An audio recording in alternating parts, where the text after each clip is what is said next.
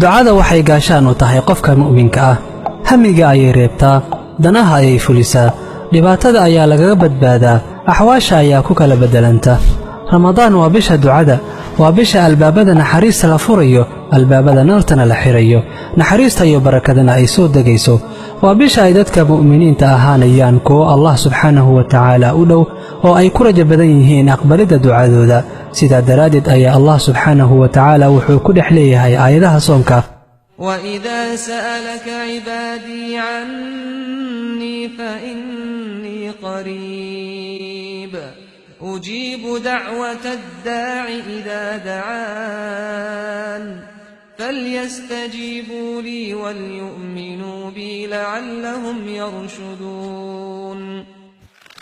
rabbi subxaanahu wa tacaala albaabada ayuu u furaa ducada qofka sooman. nabiga sala allahu calayhi wasalam wuxuu leeyahay: halaatatun laa turaddu dacwatuhum alsaa'imu xataa yuftir waalimaamu alcaadil wa dacwatu almadluum.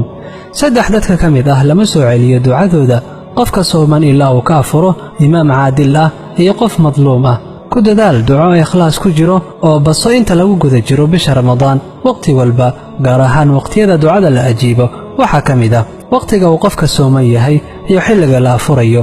walisaa'imi cinda fitrihi dacwatun maa turad.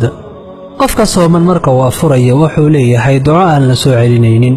habeenka qaybtiisa dambe marka uu Allah subxaanahu wa tacaala u soo degayo samada adduunka oo odhanayo: man yadcuunii fa astajiiba lah, yaa waxay weydiisanaya oo aan u ajiibaa. sujuudda dhexdeeda fa inna aqraba maa yakuunu alcabdu min rabbihi wa huwa saajid. addoonka wuxuu rabbigiisa u dhow yahay xilliga uu sujuudsan yahay. wa bayna alaadaani waaliqaama dacwatun laa turad. aadaanka iyo iqaamada dhexdooda waxaa ahaaday duco aan la soo celinaynin. dadka haddii ay albaabada ka xiranayaan cidda wax weydiisanaysa, Allah subxaanahu wa tacaala albaabadiisa ayuu furaa, gacmihiisana wuu fudiyaa si uu ducada u aqbalo cidda wax weydiisanaysa ama dembi dhaaf dalbaysa. haddaba waa fursadaada ee ka faa'iidayso. وقال ربكم ادعوني أستجب لكم إن الذين يستكبرون عن عبادتي سيدخلون جهنم داخرين.